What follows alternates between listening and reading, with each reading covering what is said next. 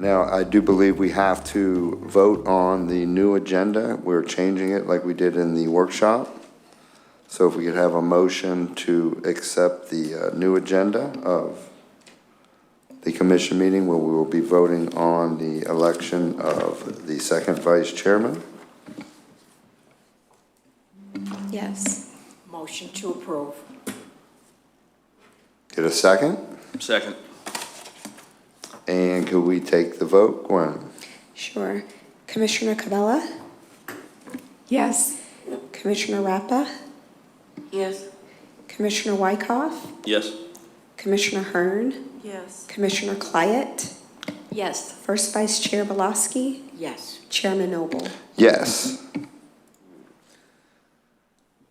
So agenda number 3, the election of the officer of second vice chairman. Do we have any nominations?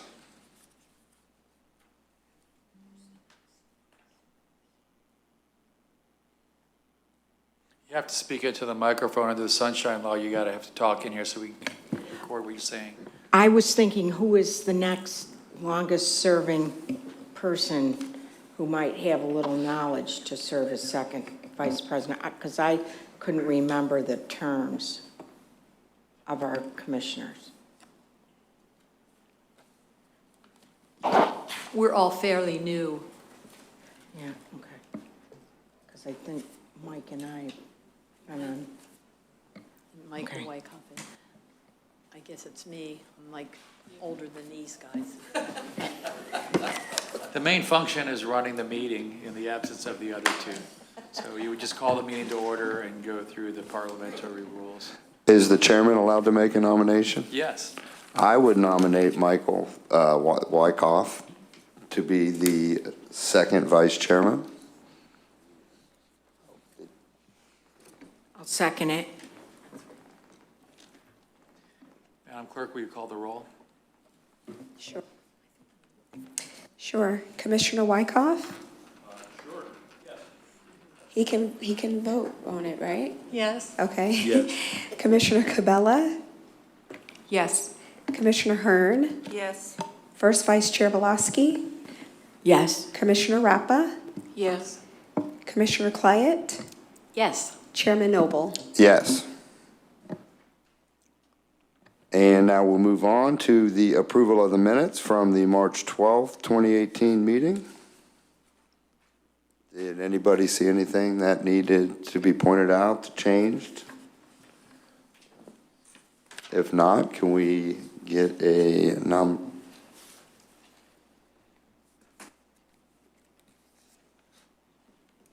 I move acceptance of the minutes from the March meeting. I'll second. I'm sorry, who's second? Oh, thank you.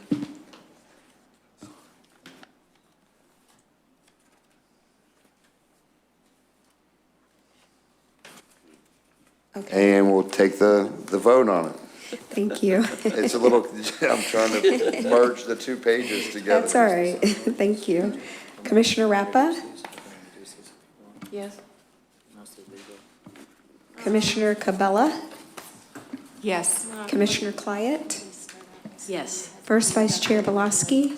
Yes. Commissioner, I'm sorry, I put the names twice here. Commissioner Hearn? Yes. I'm missing somebody. Who else did I not call before? Commissioner Wyckoff? Yes. And Chairman Noble? Yes. Thank you. Okay, so on to new business. I don't think I've missed anything from the first page. And the new business is A, to request a text change to the Code of Ordinances, Chapter 102, signs, Article 1 in general.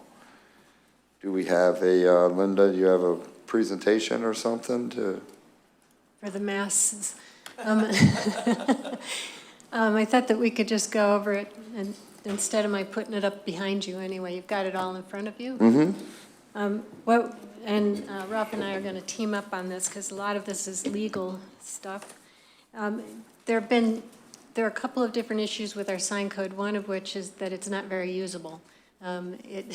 it's really, really difficult. There are times we sit around in committees as the staff to try to figure out what does it mean, and have been unable to know how to apply it in particular spots, especially where it relates to small businesses that have a narrow street front. But there's also a problem with the legal force of the code, and Ralph's going to explain that a little bit, but I wanted to make note of the point that we do need to change the sign for constitutional reasons. He'll explain that, but I wanted to explain that that's why it has so many upfront changes dealing with the purpose. Remember, any time that we're recommending a new regulation, we need to be able to draw some connection between what we're regulating and why we're doing it. What is the thing that we're trying to achieve or protect, that nexus, the connection. So in this case, when we're dealing with signage, most of the time people deal with one or two issues. One is with clutter generally and general quality of life, but the stronger issue is traffic and safety. People driving by. You want the sign so that the people driving by can see where you are, but if there's too much sign or the signs are moving or you've got things coming out into the road, it gets to the point you can't see anything, and so you're looking at the side trying to figure out where you're going instead of the traffic. So bad signage is a traffic hazard. So one of the things that we needed to do up front was explain that. What is our purpose in regulating this? And it's particularly important with signs because it addresses the freedom of speech issue. And we have to be really sensitive to that. There are a couple of things that don't relate to speech directly that have been confusing. As I said, how we measure out proportions and how big a sign can be, and I've tried to clear that up here and there. There are some issues with political signs that in one spot we had that a sign that was only on one side, a one-face sign could be this big and a two-face sign could be twice that size, and I think that was the opposite of what they intended to do. So we had to fix things like that. There were little problems throughout, you know, where you park a car that's got murals all over the side. And then murals are another issue. That's becoming more and more popular. And you want, you know, the color in your community, but you want to specify murals, not a sign. So there were just odds and ends things throughout that needed to be addressed. And so we cleaned up a lot of those. But most importantly is going to be the constitutional issue of freedom of speech. And I think Ralph would like to explain that to you in more detail. And then after he does, we could take questions if you want to talk about specific changes. Okay, so in 2015, the United States Supreme Court heard a case called Reed versus the town of Gilbert. And it came out of Arizona. And the Supreme Court said that if you have sign rules, they have to be content neutral. That means if you have to read what's on the sign, the words, to understand the regulation, that's impermissible. You can regulate things like size, construction, but not the message itself. So you have to be content neutral with regard to the message. So what we've done is kind of scour the sign ordinance and remove out anything that's based on content. And you'll see some sign ordinances that have some unconstitutional provisions in them, like if they're calling out a specific event, or if they're describing a sign as a real estate sign, or for sale sign, or garage sale sign. That all requires you to read the message to determine whether it's a garage sale. That's not permissible. It's unconstitutional now after Gilbert, so you want to be content neutral. So just think about looking at signs. You can think about clutter and size, but you can't think about what's on the sign itself. You could think about temporary or permanent or duration. That's still okay. But you can't read the sign to tell whether or not it's temporary. So it makes it a little bit difficult to write, but if you remove them all and you take a lot of your preconceived conceptions away, that helps you understand the changes. So we don't, the ordinance cannot dictate the message in any way, even if it's a specific, as a garage sale as an example, a specific temporary event. You can't say no garage sale sign for more than X number of days, hours, whatever. Is that? Yeah, you can have, like say, you can have a sign up for no more than 30 days, but you can't say it's limited to garage signs. You could say you can have an Okay. election 30 days prior to an election and 30 days after an election, but you can't say it has to be an election sign. So, So during elections, if Content people put neutral. up signs, everybody else can put up signs too, whether they pertain to the election Wow. or not. yeah. Wow, that's interesting, okay. So I mean, you just put random signs everywhere as long as it's not for a period of time. See Rock City, whatever. Well, and you'll you see as stick we it go, under you'll Gulf see as we Boulevard. go through how they Okay. all work. All right, that's interesting, okay, thank you. Another thing, when we addressed this last, few years back, I was on the planning commission, and they didn't identify if it was a sign or not, but you have the dancing, Statue of Liberty, or the dancing, and did they determine if those are signs, like, you've got Abe Lincoln out there spinning signs, you know, you know what I'm, Yeah, and it was an issue that we brought up, and I don't know if the commission, BOC, if we added that in or not. When you say spinning signs, do you mean the sign spinners, the human beings that stand? Yes, The the human human beings being, themselves. sometimes dressed like Uncle Sam, and like tax time, you see them a lot. They are signs. I could take a look at that in this outline as we go. That brings up some other issues. they did not address it here. We don't touch it in our ordinance. There are some cases about panhandling, solicitations, homeless need food signs, those kinds of things. So let me take a look at that. If that's something you want to get into, we haven't addressed it here. I don't know if it's a big problem, but, you know, I think that we should have something spelled out If we're allowed. In the meantime, while he's going through that, if you'd like to. In following up with what, you know, Mr. Chairman was talking about, what about political sign waving by an individual on a sidewalk who is supporting a Well, there is a case, Thayer versus City of Worcester. As long as it doesn't identify or affect the speech. So if you're saying to someone that's waving signs, you can't stand too close to the road, that raises a safety risk, then you have to ban all sign spinning, no matter whether it's for a person, or for an election, or for a sale at a store, going on a business sale. I mean, they say it does not violate the content neutrality if it's narrowly tailored to accomplish the purpose of preventing a risk to safety, or so you have to say within, you know, so many feet of a road, or yes. Right.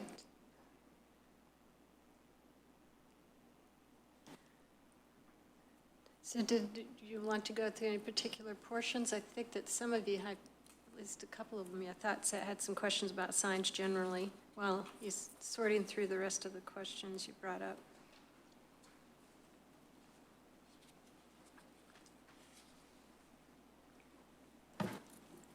I mean, I read through it, I didn't see anything that jumped out at me that was, It is difficult to go through and just read these types of things. They're so complex, and until you actually try to apply them, it's really hard to know how it, that you have questions with them. I added a lot of definitions and things that weren't defined before, different types of signs. For example, on page 9, where you're allowed to have a temporary sign for up to 24 hours on the day that you're having a yard sale or garage sale, but it can say anything at all. It doesn't have to say garage sale. It can say stop the draft, or, you know, whatever. You could put that sign up. So we're trying to make sure we've written it kind of innovatively, if you will, to try to make sure that people have the ability to do it, but we're not telling them what the content has to be. What about the new technology that, it's almost like an image that's projected on a building now that they're using for signage? You are you talking about LED lights? Well, Light it's signs? actually, it's a new technology that a lot of businesses are using now. It's projecting, yeah. They do it for special events and stuff like that sometimes. That would be a sign. And if it violates the amount of sign area that you already have, or it's in the wrong place, we can restrict that. So most businesses already have a permanent sign. If they then buy some device where they project additional signage up on the building, that's a violation of code. I think this technology is coming soon, and it's really like to change your message up, depending. Well, the other issue is that we don't allow changing message signs. We have on page 5, or page 4 and 5. Page 4, it's subsection 15. Building murals without a permit or containing any words or obscene, reflective, moving, or lighted material are prohibited. And then on the next page 5, computerized signs other than those erected by government for public or safety notices with animated display, running copy or copy with changes.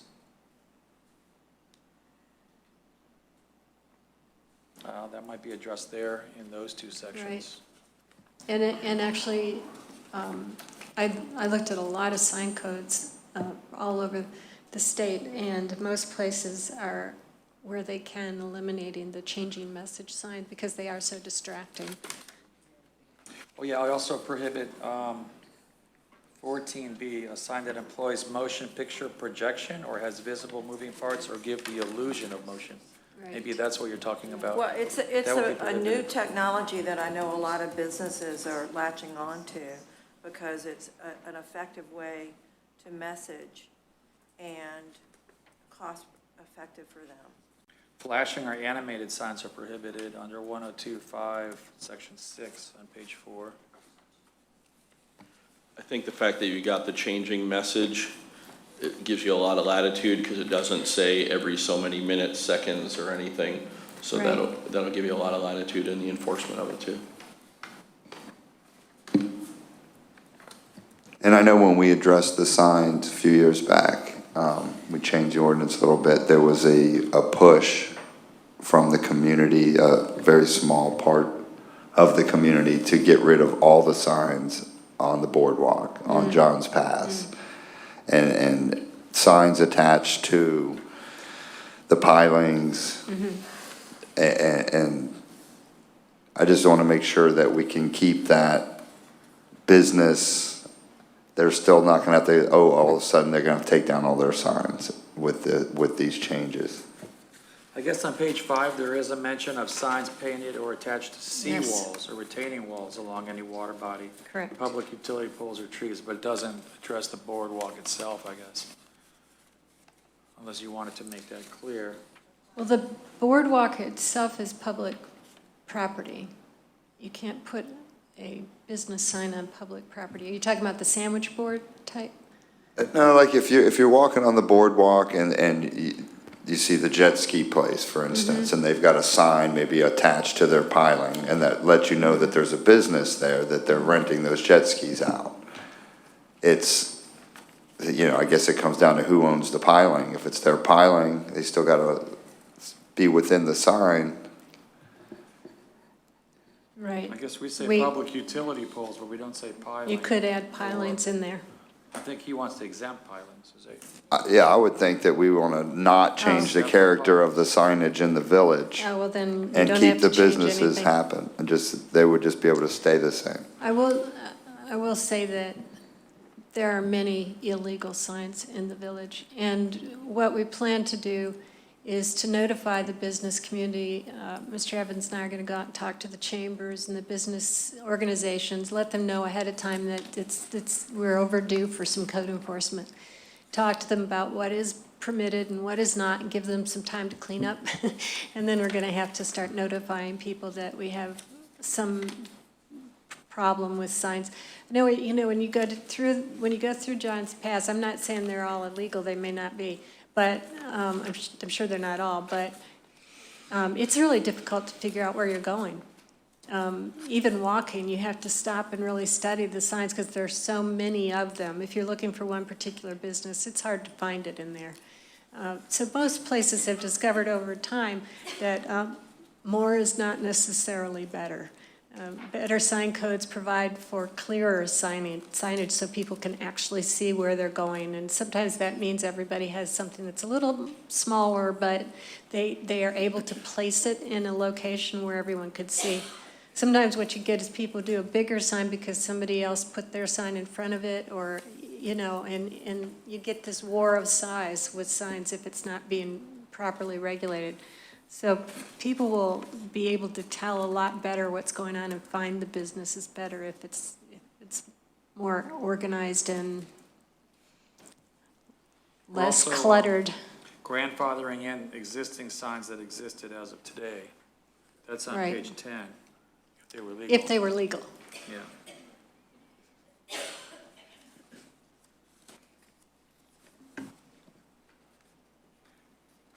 I think if you have a sign on a piling in Yeah, I think you're okay. navigable waters or waters of the state, sovereign submerged lands, you have to get a permit from FWC. Because I know the slow speed zone signs need permits, and the manatee and seagrass signs. Some of those may or may not have approval, depending where they're at. I have to go look. I haven't looked at them in the water. Probably some of the docks aren't even legal. So, yeah, we might be opening up a big can of worms by taking a sign down that's not on a dock that's not even supposed to be there. But I think he's referring, some of them, you know, the docks, some of them, the poles are cut off, some of them are taller, and they're sticking their signs so that they can be seen from the boardwalk Yes. down to the boat rentals or jet ski rentals or the parasail or whomever, Right. or Hubbard's fishing excursions or whatever. Well, And they're mounted to poles. Right. Is that okay? I mean, you know, I think, We have regulations on that. There's a difference between a pole-mounted sign and a wall-mounted sign. And so some pole-mounted signs will be legal, but you usually, well, it's a total area, sound area that you're working with. So more likely what'll happen is we'll find that people have too much sign area, and they may have to make one smaller, or the other thing about pole-mounted signs is if they haven't been permitted, we don't even know if they're safe. There's some wind load requirements for attaching Right. a potential missile to a pole in a hurricane well, I think a lot of these zone, we're so- talking about, they almost look like street signs. They're Yes. bolted to a piling, yeah. not necessarily a pole Right. sign with a reader board or something like that where they're cap mounted, they're Peop- slapped on it. People have been doing all kinds of creative things around town. We've even found that they've begun ordering very official-looking no parking signs to reserve themselves a personal space in public street areas. And so we've just found a couple of those just within the last week. I think there's one on my street. So we're going to have to Neighbors look don't at have. the whole area and just get things cleaned up. And I just think we should make sure that we're not hurting the businesses if they have to take these signs down, that's all. well, you know, the thing about code enforcement is if everybody's playing by the same rules, then nobody gets hurt. Then it's fair. So if they've got signs up that don't meet, everybody's allowed to have signage. We're not going to tell somebody you can't have any sign. And the only reason they would have to change it is if they had taken the liberty of violating the local law. And in that case, they've given themselves an advantage nobody else had. So usually what I suggest when people get upset, they have to stop doing something illegal, is they consider the past time when they've been getting away with it as bonus. Because now they're going to have to use the same standards everybody else, their neighbors are all using. Sounds good. Do we have it clearly defined where, on a commercially zoned area, I think I saw it, but correct me if I'm wrong, if there's a certain percentage of damage to the sign, then it has to be replaced, is it 25%? Is that what I read? Yeah, it's on page 10. Okay, I just read past it, I'm on page 12.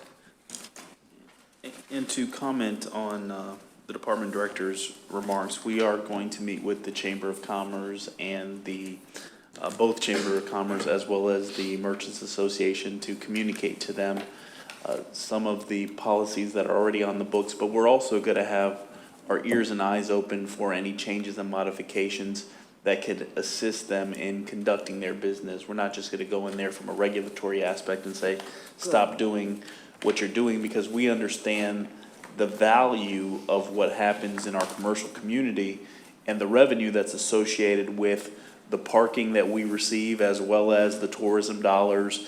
And if we impede the businesses from being successful, that's gonna have an impact on us. So we're gonna go there and say, you know, these are the policies and procedures that are currently on the books. But if it doesn't make sense and we can't enforce it, then we need to look at taking those policies away. And we're even from the standpoint of code enforcement, we're not even, the next budget year, we're not even gonna call it code enforcement, it's gonna be code compliance. We're gonna try to drive compliance, not the enforcement element of it. So we really want to have that conversation and work with the business community, and then look at opportunities to utilize technology as a mechanism to be able to inform folks of what's going on, even on the city's website. We're gonna look to redesign here in the next little bit, but putting information that's conducive to what people are looking for. We found out through Google Analytics that the most important information that people are looking for is stuff about Archibald Park. So we wanna make sure if that's what people are looking for, we have it easily accessible. And that's gonna be something that we're gonna work with our business community to make sure they have the information that we have, and we share information so people don't necessarily have to rely on, you know, the feather flags and those types of things. If we utilize technology or apps or website to promote our business, you know, we'll start seeing some of those behaviors change. So it's really going to be an education session, but also an opportunity for the business to say, hey, Jonathan, I don't think this works, and can you look at this? And the great thing about the situation that we're in, every community across the state of Florida and across the country has issues with signage. Sure. And so there is opportunities to make changes and modifications and find some good success stories. And I think we, working together with the business community, will find that middle ground and be able to accommodate what they're looking for. And in that regard, if you turn to page 14, I want to point something out. There was a temporary exception added to the code in 2015, I think. The timing is not quite clear to me, but the idea apparently was that when the unemployment rate goes up over 7%, that people can have more signs. And there's absolutely no relationship between the number and the size of your sign and the unemployment rate. I don't think that taking this out will affect anybody, because it's only, you're allowed to have it for only 365 days after the employment rate goes to that level. And it hasn't been at that level in over 365 days anyway. But it would require the staff to monitor the unemployment rate and allow people to change their signage on a daily basis, and for no benefit, because it does not help employment. In fact, usually a proliferation and an excess of signage actually hurts business. And there's a lot of study indicating that you actually hurt the business community generally when it's cluttered and nobody can find you, or that, you know, you create just a cacophony of visual noises, what they refer to it as. But anyway, I recommended just striking that, because there is absolutely no relationship between the So two one thing I points. didn't see as a general thing, a lot of these signs, especially along Gulf Boulevard, commercial corridor, there's a lot of signs that are now in what would be illegal places, according to code, because they were installed before Gulf Boulevard was widened. And some of those, you can tell where I'm headed with this, I have one of them. I could not put my sign back, and I have no legal place to put a sign on my commercial property to comply. So if my sign were to be totally destroyed, or more than 25% so destroyed, I could not erect a new sign technically anywhere but physically on my building itself, because my building sits closer to the setback than the sign would be allowed to, you know, the area where the sign would be allowed to go. Is there any provision, similar to what we do for people that have a demolition, they could rebuild in the same footprint? Do we have a provision, or is there a way to work a provision that a sign could go in the same location, but it's got to comply, it's got to fit every other, you know? There isn't one in provision in here the now. code. We do allow variance, though. Okay. Well, okay, so then the hardship is that I physically could not put the sign in that, because I know the essence of the Right. variance is the hardship. Right. And Right. a self-inflicted hardship doesn't count. Well, it doesn't, but if you don't have room to put a sign, because of the, especially since the change was apparently one that the state took by expanding the roadway or changes to setbacks, that was not a situation that she created. I'll look at that with you specifically, because it's a good test case, and run Yeah, through it. I mean, and I see. know I have one personally, and I know if you go down Gulf Boulevard, you'll see some, and some of the condos too, where they were built at a time where the ordinances permitted them to be closer to the sidewalk or whatever, and now they're in what would be that setback required for the signage relief, and should they be destroyed through a hurricane or a car crash or something, they could not physically be built in a place that they'd be visible then either, in some cases, or without major modification or losing parking spaces, which would then further their noncompliance in other areas. So it might be something to consider down the road. Okay. I would like to ask a question, Mr. Chairman. Okay, I'm on page 16 and 17 on political signs. And, okay, according to this ordinance, after an election, signs must be taken down 7 days after an election. These are the extra signs that are allowed during election periods. Let's see here. They're allowed up to 4 signs on private property commencing 60 days prior to a public election with no permit fee requirement, Okay, provided they don't exceed 4 square feet, right. as permission of the owner, and that it's removed 7 days after the election date.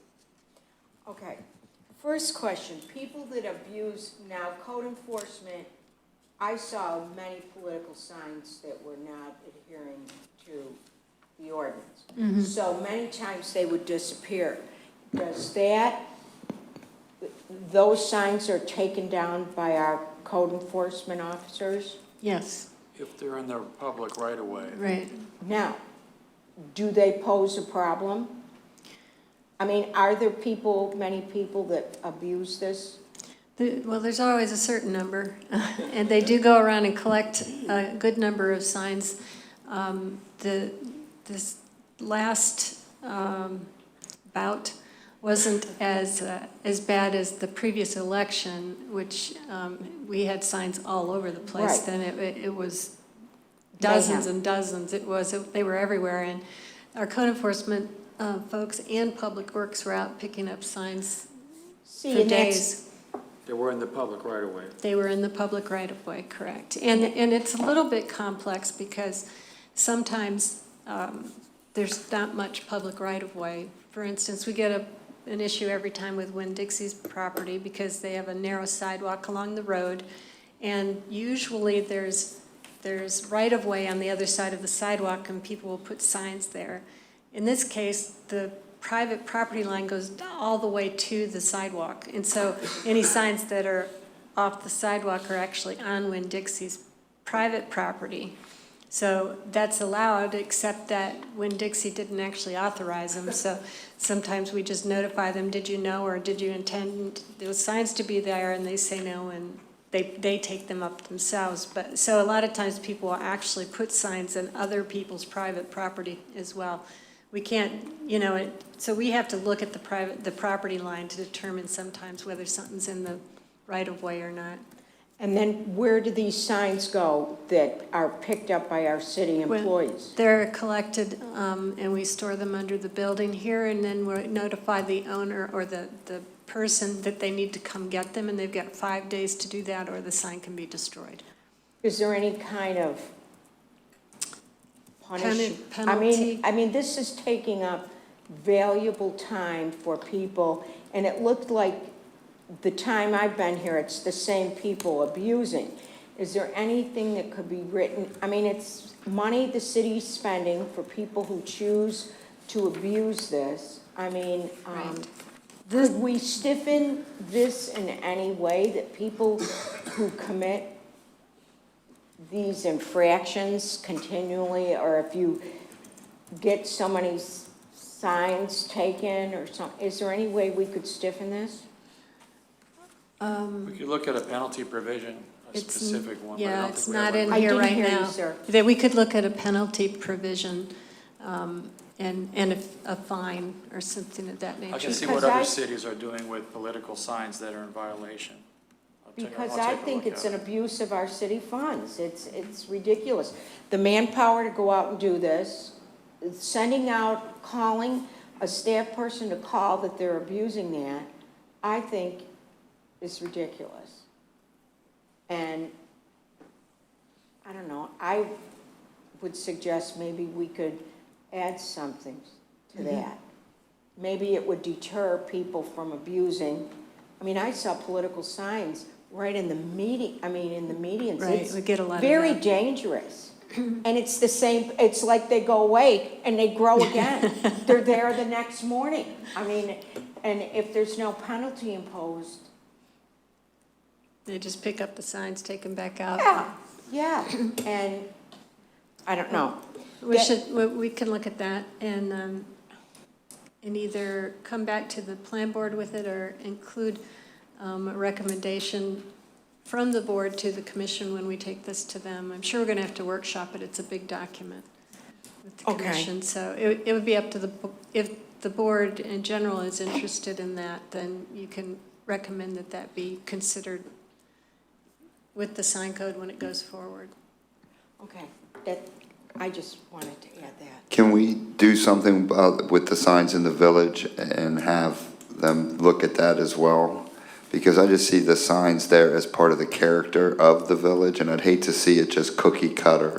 Oh, yeah, we And- wouldn't require a cookie cutter or anything. You know, and then everybody's got the same size sign, and No. some people can't. I'd like to see something maybe that we can address or add to it to address that, because, going down Gulf Boulevard, it's all, I think it needs to be cut and dry, but I think the village, we should do something where these signs have been there for decades, that they should have some sort of leadway based on it adding to the character of What I would, making I it think different than everything else. I think the city manager said, and I'll probably go with them maybe, and we'll take a look at what signs are out there in the village, because I don't have a good idea about what's out there. I would also suggest that the village, has its own character, and that the design character, the design regulations that go with Johns Pass Village need to be specific to the village, and that should involve its signs as well. Because there are a lot of things that you wouldn't put along the highways, that things like sandwich board signs and awning signs that hang down that actually add color and unique interest to that kind of a neighborhood. You want to have that kind of thing. You just don't want it to be overwhelming or dangerous. So I suggest that that we include the signs. We could actually put a line in here specifying or signage in keeping with special area districts or overlays or something like that, allowing for an overlay where there's a special district. Sounds good. Okay, any other questions? I have a question. On political signs, do you have to give them back? Because I think if people knew you were going to throw them out, that they wouldn't, just like real estate signs. If they don't get them back, they know they're not as likely to put them where they're not supposed to put them. And they're expensive. Yeah. That's one way of doing it. Yeah. If they get picked up in the wrong place, they go out. I wasn't entirely sure why they said they got 5 days to come pick it up and put it back out again. Because I can tell you a lot of real estate signs, when they pick up our real estate signs, you don't get them back. Ever. Yeah. Huh. We will look at that too.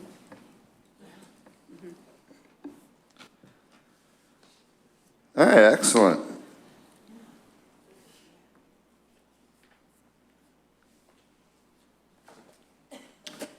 So are you looking for us to vote on making these changes? That would be nice if Okay. you think you're ready for that. Re them in later. Yeah, well, if you want us to come back with something, we can bring it back to the next meeting, or, because otherwise, you can ask us to look into these issues. But we should make that part of the Your motion, right? So, okay. And then I'll bring something to the commission relating your intended additions. And for clarification, we talked about an overlay for special district plans, which would address signs, a penalty for dealing with illegally placed signs, political signs in particular, to either establish a fine or to allow for them to be destroyed. And then was there something else you were going to? And the penalty could just be as simple as we're not, like, you're Giving the exempt from the signs. 5-day if it's in a legal spot, and then they just get tossed immediately, then they don't have the chance to put them back out. Okay. Linda, just a question with regards to delineating election or political signs versus Right. signs for It would be John's illegal Pizza. signs. Right, yeah, I think it's probably gonna have to be uniform and consistent, because if we're ever challenged legally, you don't wanna say, you treat John's Pizza, delivery sign different than you treat political advertisement when they're exactly the same sign, maybe from the same manufacturer, what have you, so, yeah. Yeah.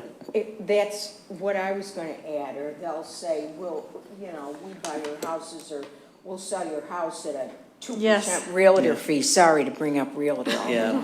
No, but, We love realtors. no, but you see them all over, or like mattresses. Where are these mattress things coming from? I mean, in Florida, maybe it's like, we could go like with a sign, because most political signs are like, two, but. All right, well then, can we have someone make a motion? I make a motion that we accept the staff's recommendations to the ordinance as presented, with the direction that they look into an overlay for a special signage district as needed at their discretion, as well as the potential for penalties or seizure of any illegal signs, snipe signs, that sort of thing.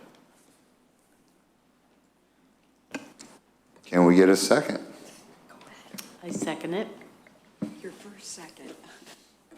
And Gwen, can we have a vote, please? Yes. Second Vice Chair Wyckoff. Why, yes. First Vice Chair Belowski. Yes. Commissioner Cabela. Yes. Commissioner Hearn. Yes. Commissioner Clyett. Yes. Commissioner Rappa. Yes. And Chairman Noble. Yes.